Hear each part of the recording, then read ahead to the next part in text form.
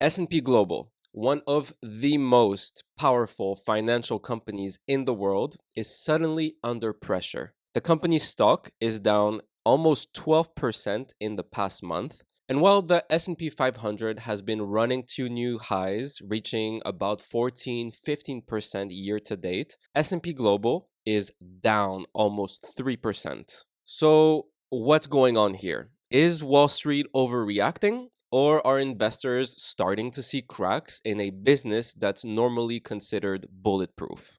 Today, our job is to figure out, why is S&P Global selling off? Is this a stock that we want to own for the long term anyways? And maybe the most important question, what price makes sense to pay today? Now, full disclosure, I do own shares in S&P Global through my business, but I will be coming at this with the most objective point of view possible. Let's dive in.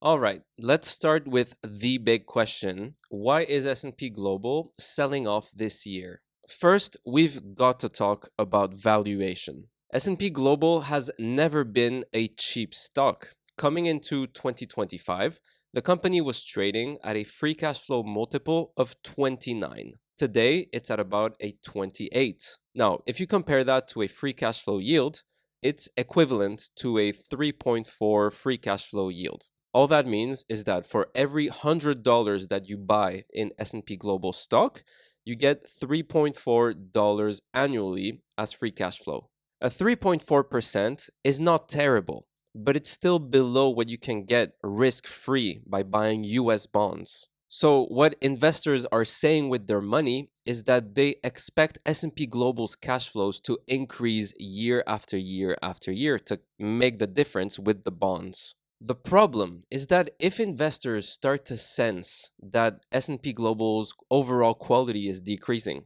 or that the free cash flow is not going to grow as fast as they expected, then the stock is just going to sell off until the free cash flow yield matches with the expectations. In the first quarter of 2025, S&P Global reported an 8% revenue increase year over year. In the second quarter of 2025, that growth rate was down to 6%.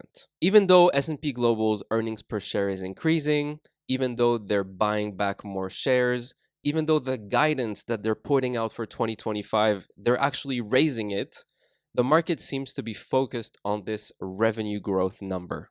And the market seems to be disappointed with this number. So that's the first theory, the first thing that could explain why S&P Global stock is underperforming this year. If you want my opinion, I think this is super short-sighted from the market. But then again, it's not like the market doesn't throw off temper tantrums once in a while. If we look at the current sell-off in S&P Global stock, it all started on the 17th of September. Since then, the stock is down around 12%. The 17th of September coincides with the day that FactSet, another company in the similar space, data and portfolio analytics, the same day that they reported their earnings for the full year. And if we look a little bit more closely here, we can see that what really spooked the market was the fiscal 2026 guidance, where FactSet expects 4 to 6% revenue growth for the year. This is relatively slow, considering that FactSet has been a darling of Wall Street. It's considered a very high quality company. It trades for a very high multiple. And so when investors see the growth rates coming down like this, they start asking questions. What is causing this? And in this case, the main fears are coming from AI disruption. Can AI disrupt the data and analytics model? Now, this announcement from FactSet didn't just trigger a sell-off in FactSet stock, but also in S&P Global stock, like we just saw, and also in competitors like Morningstar and London Stock Exchange Group. All of these high-quality companies have been going through a multi-month sell-off. If you want the full breakdown on that FactSet report and the full story about AI and how it's disrupting potentially the data and portfolio analytics business model, I'll leave the link of that video. It should appear somewhere in the screen right now. But in that video, I go into a lot more details about this whole situation. I'm not going to be repeating myself here in this video. So now comes the big question, which is S&P Global a stock we actually want to own long term, given what we know about the company and what's causing the shares to go down? This is where I lean on Rated A, the system I've built for myself and other long-term self-directed investors. The whole point of these ratings is to give more context for questions such as which companies do we want to own, and more importantly, at what price. Here's how it works. If you're invested, like myself, for the very long term, the goal isn't to chase trends or to try and time the market. The goal is to accumulate shares in the highest quality companies in the world, hold them in your portfolio, and just let them do their thing. Let them compound year after year after year. That's what the quality rating is designed to measure: a company's moat, its ability to grow profitably, and last but not least, any risks that could threaten it. But buying great companies is not enough. Even the best stocks in the world can underperform if you overpay. That's where the value rating and the income rating come in. The value rating looks at free cash flow yield. So you know when a stock offers strong total return potential. The income rating looks at dividend yield for those investors that are focused on income. With this system, I can spot those rare moments when a great business takes a tumble in the market, and that's when I buy. Take S&P Global for example. It's rated as a A quality rating, super high quality company, and the value rating is pushing to 80. It's at 79, very close to an 80. And 80 is the trigger zone for a buy. So according to this system, S&P Global is almost a buy if you are a long-term investor looking for total shareholder returns. Of course, you can have access to the explanation as to why S&P Global gets an A quality rating. All of that is fully available to all the members of Rated A. The TLDR is that absolutely, this is a company I would love to own long term.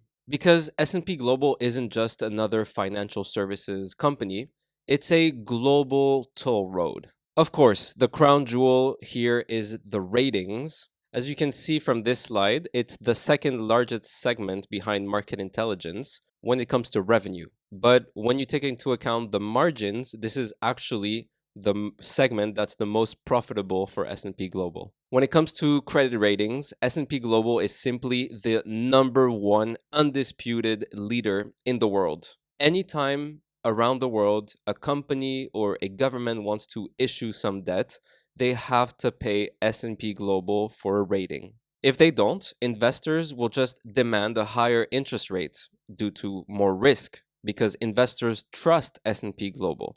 Having S&P Global rate your debt is a stamp of approval. And so in the long run, it's actually cheaper for all these organizations to pay S&P Global than to go for a cheaper option. That's as close to a mandatory business model as you can get. The ratings account for about half of S&P Global's profit. Another big portion of the profit comes from the indices. This index franchise includes the S&P 500 and Dow Jones, two of the most popular indices out there in the world. There are trillions of assets that are benchmarked to S&P Global's indices. Whenever an asset manager is managing a fund, for example, and they don't compare their fund to the benchmark of the S&P 500, investors ask, why not? Are you just trying to pick another alternative because it's easier to beat than the S&P 500? So asset managers are pretty much forced to pick the S&P 500 as a benchmark, which means S&P 500 is just the largest index out there. So S&P Global already has two monopolies essentially, the index business and the ratings business. And the market intelligence, which is the one that's coming under the threat of AI disruption, only accounts for about 20% of profits for the company. Now, let's imagine a world where AI does disrupt data and portfolio analytics, and that this market intelligent business goes to zero over the next decade. It's not really the end of the world, is it? Because it's 20% of the company's profits today. If we look at the valuation for this business, it doesn't take much from this level in order to get market beating returns. If I put in 480 per share as the buy price, I model for 11% revenue growth over the next 5 years, a 40% free cash flow margin, which is exactly what the business is putting up today. Estimated shares outstanding in 5 years of 310 million, which basically assumes no buybacks from this level. A terminal multiple of 30, which I think is completely justified for a company of this quality. A 5% dividend growth rate and 100% of dividends reinvested. And we get a total shareholder return of 15% per year over the next 5 years. This is already market beating. And in a way, it justifies the value rating here, which is at 79. In order for this to creep up to 80, we would have to see the stock price go down to 470 or 475. So what's the verdict on S&P Global? Remember, I own shares of S&P Global through my company. I would say that today S&P Global is not a screaming buy. I wouldn't buy it and expect to multiply my money in a few months or even a year. I think there are better companies in the market, better opportunities right now if that's what you want to do. That being said, the stock price is almost getting to a level where if you buy it, you can probably expect market beating returns in the long term. And if you're a long-term investor building a portfolio over